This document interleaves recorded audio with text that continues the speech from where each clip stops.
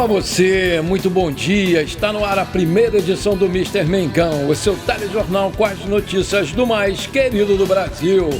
De La Cruz e Léo Pereira voltam contra o Corinthians e Plata tem chances de ser relacionado. Felipe Luiz e José Boto entram em consenso sobre a utilização de Lohan entre os profissionais. Flamengo tem aval de Felipe Luiz e vai vender atacante para o futebol europeu no meio do ano. Definido o estádio que o Sub-20 do Flamengo vai disputar a final pelo bicampeonato mundial da categoria. Essas e outras você confere agora. Fica comigo até o final, porque aqui tem muito mais Flamengo pra você. O Flamengo tenta retomar a liderança do Campeonato Brasileiro nesse domingo, né? E o Felipe Luiz vai encerrar a preparação para enfrentar o Corinthians no treino desse sábado aqui no Ninho do Urubu. Nessa sexta-feira, o técnico teve duas boas notícias na atividade. Plata e Alexandro foram a campo e participaram da parte final do treinamento, mas ainda não se sabe se eles serão relacionados. Enquanto isso, o De La Cruz e o Léo Pereira voltam normalmente e devem ser titulares. O Plata, que teve um leve edema ósseo detectado no joelho direito, tem mais chance de ser relacionado para a partida às 16 horas, horário de Brasília, aqui no Maracanã. Alexandro, que se recupera de uma lesão na coxa esquerda, ainda não está descartado, mas não deve voltar ao time no domingo. Com isso, a tendência é que o Ayrton Lucas seja mantido entre os titulares. Poupados no empate em 0-0 contra a LDU na última terça-feira na altitude de Quito, pela Libertadores, o De La Cruz e o Léo Pereira voltam e também devem ser titulares contra o Corinthians. A dúvida é se o Pedro vai ter a sua primeira chance de começar jogando desde que se recuperou da grave lesão no joelho. Depois de quase 7 meses de recuperação, ele tem ganho aos poucos minutagens. A provável escalação do Flamengo vai ser Rossi, Wesley, Léo Ortiz, Léo Pereira e Ayrton Lucas. Pulgar, De La Cruz e Arrascaeta, Gerson, Michael ou Pedro e Bruno Henrique. Quem continua como desfalque é o lateral esquerdo Matias Vinha, mas está avançando muito bem nos seus estágios de treinamento e de recuperação e já faz trabalhos com bola no campo ao lado da preparação física. A próxima etapa é se juntar ao grupo parcialmente, passo a passo, até ficar liberado para fazer os treinos completos.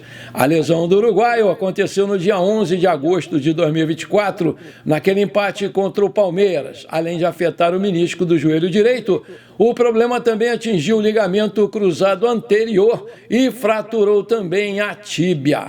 Há chances de que ele volte ainda para o Mundial de Clubes. Depois de protestos contra os preços e de arquibancadas inteiramente vazias em alguns jogos, a torcida do Flamengo vai voltar a lotar o Maracanã no jogo contra o Corinthians nesse domingo, porque os ingressos foram esgotados nessa sexta-feira. A carga total foi de 68.808 ingressos, sendo 59.157 vendidos, 4.101 de cortesias e 5.550 de gratuidades. Quem for ao Maracanã vai poder assistir também uma apresentação do cantor Belo antes do jogo, né? O show faz parte da programação especial do aniversário de 60 anos da TV Globo no domingo. O Flamengo é o vice-líder do Brasileirão com 11 pontos e pode retomar a liderança em caso de vitória contra o Corinthians, que é o sexto colocado com 7 pontos. E uma derrota ou empate do Palmeiras contra o Bahia lá no Allianz Parque. Também o destaque para os 300 jogos com a camisa do Flamengo, do Bruno Henrique, que vai completar nesse domingo. Ele é o segundo do atual elenco a bater essa marca histórica, depois do Arrascaeta. Até aqui, o Bruno Henrique soma 101 gols, 52 assistências, 15 títulos em 299 partidas. Desde que ele foi indiciado pela Polícia Federal por supostamente ter forçado um cartão amarelo e ter beneficiado apostadores em 2023, o Bruno Henrique ainda não voltou a brilhar, mas o adversário desse domingo pode servir de inspiração. O Corinthians está entre as maiores vítimas do jogador pelo Flamengo, incluindo uma atuação de gala com direito a hat-trick numa goleada por 4-1 acontecida em 2019. Em 12 jogos contra o Corinthians, ele fez 6 gols e deu 2 assistências. Mais de 30 mil ingressos já foram vendidos para o jogo entre Botafogo da Paraíba e Flamengo no Estádio Castelão, em São Luís do Maranhão, que é a partida de ida da terceira fase da Copa do Brasil e vai ser realizada na próxima quinta-feira, no dia 1º de maio, Dia do Trabalhador, feriado, às 20 horas. Os valores dos ingressos variam entre R$ 190 e R$ 960. Estão à venda nas bilheterias do estádio Ninhozinho, Santos e Castelão e na loja Rocken, na Península, em São Luís, e pela internet no aplicativo ou site da Bilheteria Digital. O apresentador Galvão Bueno apontou um erro cometido pelos clubes de futebol do Brasil, citando principalmente o Flamengo. Os times brasileiros têm apostado em estrangeiros para deixar o seu elenco cada vez mais forte para as competições. Para ele, essa prática, tanto do Flamengo quanto de outras equipes do Brasil, não é a melhor para o desenvolvimento e é preciso dar mais chances para os jogadores jovens do país. De acordo com o Galvão Bueno, os clubes pediram para aumentar o número de estrangeiros apenas para fortalecer os seus elencos e que isso não é legal para o futebol brasileiro. Aspas, antes era permitido 7 estrangeiros por time no futebol brasileiro. Os clubes pediram para aumentar para 9 e isso toma espaço dos jovens jogadores. Deveria ser assim. O time pode ter até 9 estrangeiros, mas em campo só pode ter no máximo 4, opinou ele. Ainda em entrevista para Romário TV, no YouTube, o Galvão Bueno apontou a situação em que envolviam o Flamengo, assim como outras equipes como a do Palmeiras. No outro dia, o Palmeiras jogou com 8 estrangeiros contra o Corinthians. Muitas vezes, o Flamengo começa o jogo também com 6 estrangeiros, acusou lá o narrador. O Romário concordou plenamente com a sugestão de 4 estrangeiros em cada time durante as partidas.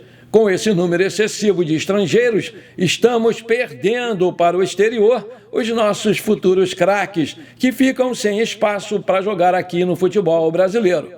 Como é o caso aí recente do nosso querido Matheus Gonçalves, que a torcida gosta muito, mas que atualmente não tem tido espaço com o Felipe Luiz e, por isso, o seu futuro deve mesmo ser negociado para o exterior em breve. Aí eu te pergunto, você acha que o Galvão Bueno e o Romário, eles estão certos em dar essa sugestão? Ou seja, podem ter até 9 estrangeiros no elenco, mas só podem jogar 4 por jogo.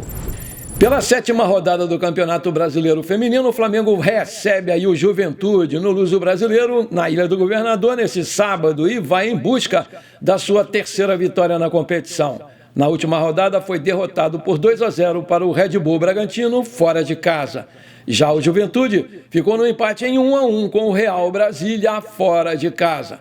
Esse jogo vai ser às 21 horas, horário de Brasília, e vai ter a transmissão em canal aberto da TV Brasil. O provável Flamengo vai ser Vivi, Fabi Simões, Núbia, Agostini Jucinara, Jenny Gil Ferreira e Gláucia, Fernanda, Laíssa e Cristiane. Técnica Rosana Augusto.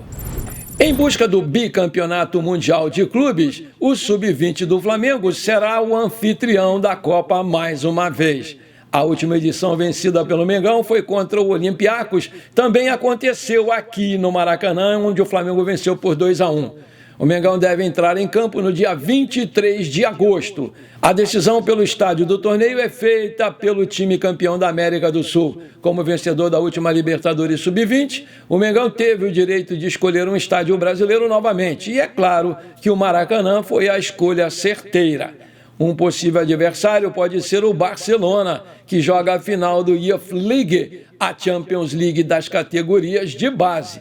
Caso vença, o clube espanhol vem enfrentar o Flamengo no Maracanã. Outro finalista dessa liga é o Trabzonspor da Turquia. Logicamente, um jogo contra o Barcelona da Espanha venderia muito mais ingressos do que uma partida contra a equipe turca e seria muito mais emocionante.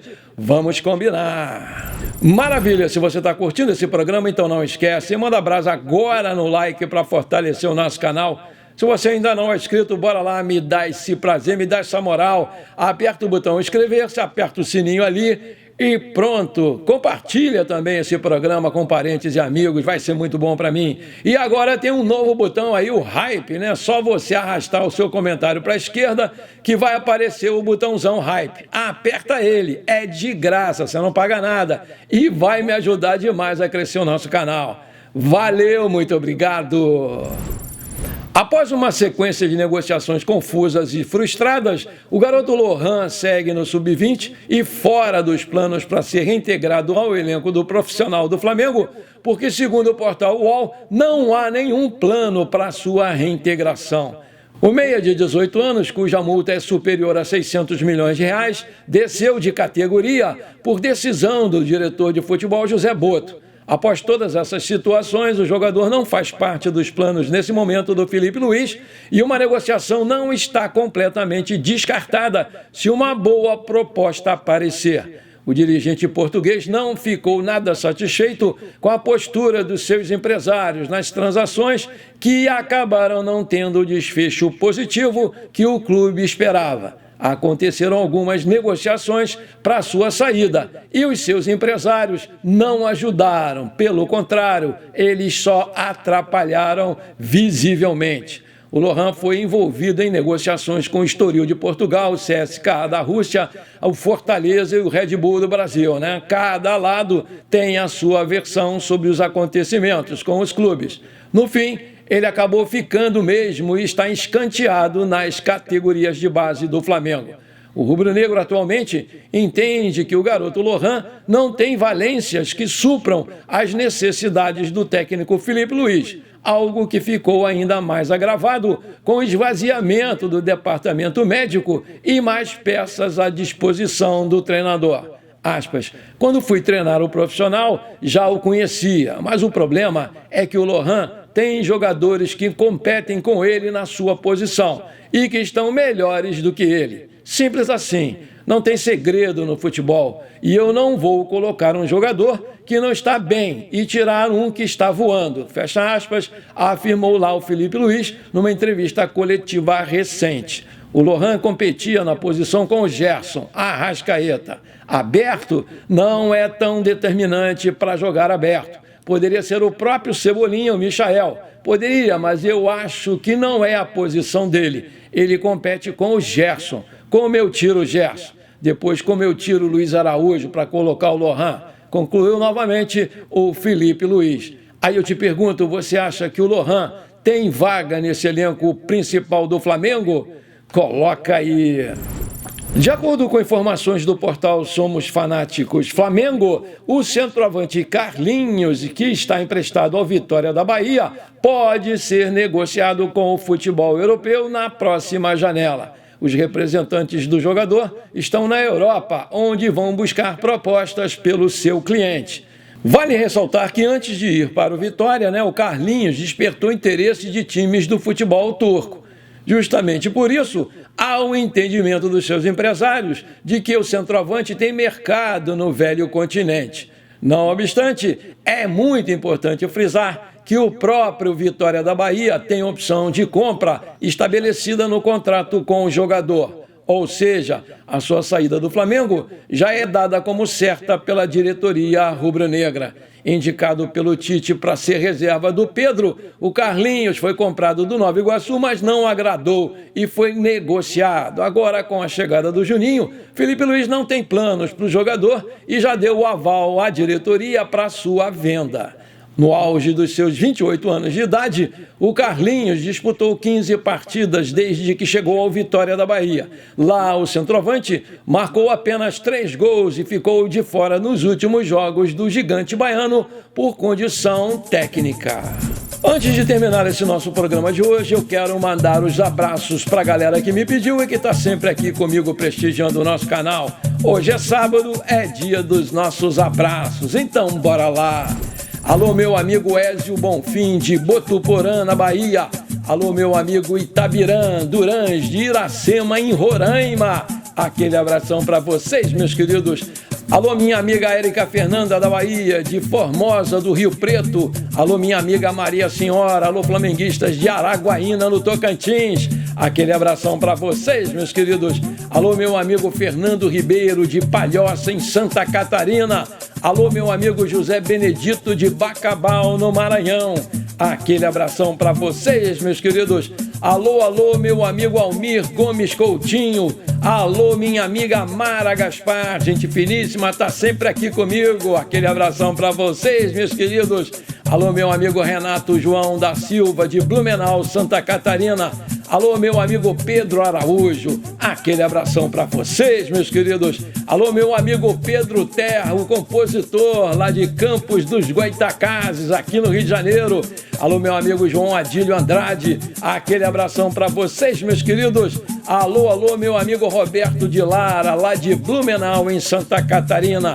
Alô, meu amigo Lima Júnior, aquele abração para vocês, meus queridos. Alô, meu amigo Titico Flazico, de Engazeiras, no Ceará. Alô, meu amigo Luiz Farias Batista. Alô, sua esposa Sueli. Alô, seus filhos Sávio Luiz, Luiz Antônio e Suelane, todos lá de Arapiraca, no Maranhão.